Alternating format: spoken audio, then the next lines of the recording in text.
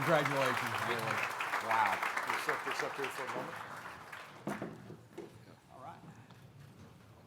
All right, you told me you were going to come up with a number. I was told a couple of decades ago by someone, it may have been the late great Ab Justice, said that you won as much on the junior circuit as Jack Nicklaus. How many times did you win? Can you give us a number as a junior? National titles? No, just junior, the tournaments you go play. I don't have a number.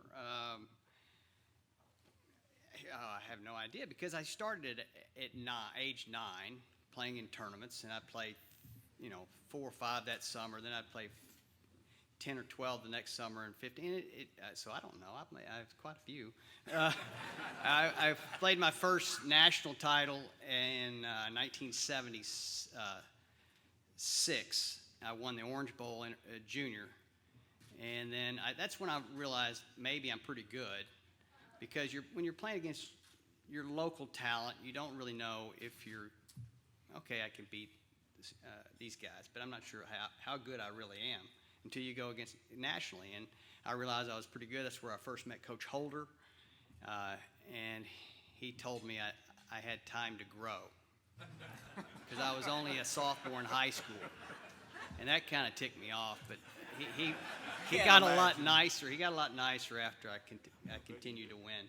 So I just love to play golf, and I love to compete, and I still practice to this day because that's just what I do, and it's just part of my genes. Dean, that was a really good opening question, but you buried the lead because everybody in here wants to know, how do you become the best putter on the planet? You spend time on the putting green. You have to. It doesn't come through osmosis. Just like you become a great free throw shooter, you practice your free throws. But I had to spend time there because I didn't want to go home when I was 12 or 13 years old. I wanted to spend time at the golf course and waiting on my father to play golf with me that afternoon. And I just kind of loved to tinker around and have fun and play for coins and compete with my buddies. And that's where my buddies were. My buddies weren't at home. They were at the golf course too. So that's just what I wanted to do. It's great to be here with all these friends and family, and what a great turnout this was. And I really appreciate everybody, like Coach McGraw. We had a great talk on your podcast last week, and you're terrific. Have me on again, okay, please? Thank you. Thank you.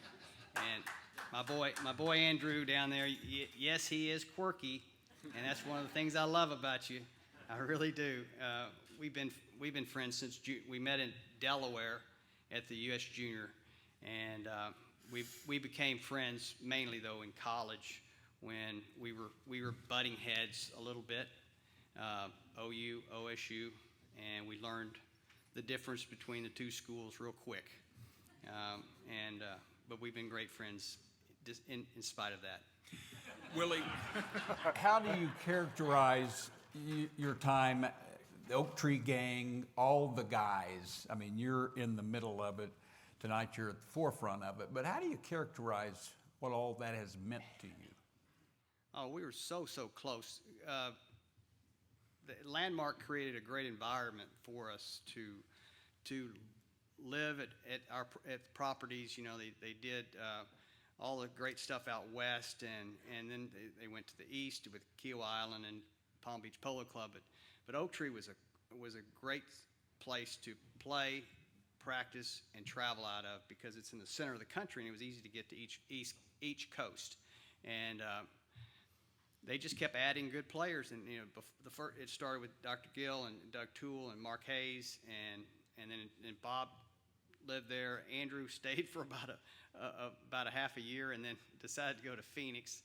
And then Scott came in. Andy Dillard was there. We had a great time. Every Monday we'd meet at the round table and talk about our bogeys that we made down the stretch or our birdies we made coming in. So we had a wonderful camaraderie, and they have it again now. They really have a good group of guys at Oak Tree, and it's really good to see that it redevelop again. Yeah. Scott mentioned in the video, things have happened and you keep overcoming them. How do you want to be remembered?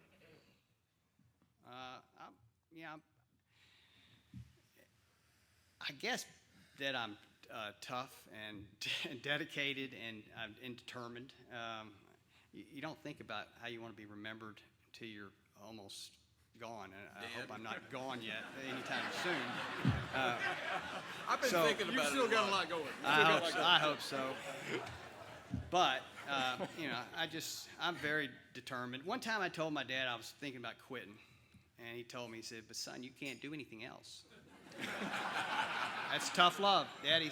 Yeah, and he was right, so I stayed with it, and I'm damn glad I did. I'm sorry John was leading you down the primrose path. Willie, congratulations. Thank you. Congratulations, Willie. Yeah. I'll get you this. Don't forget this.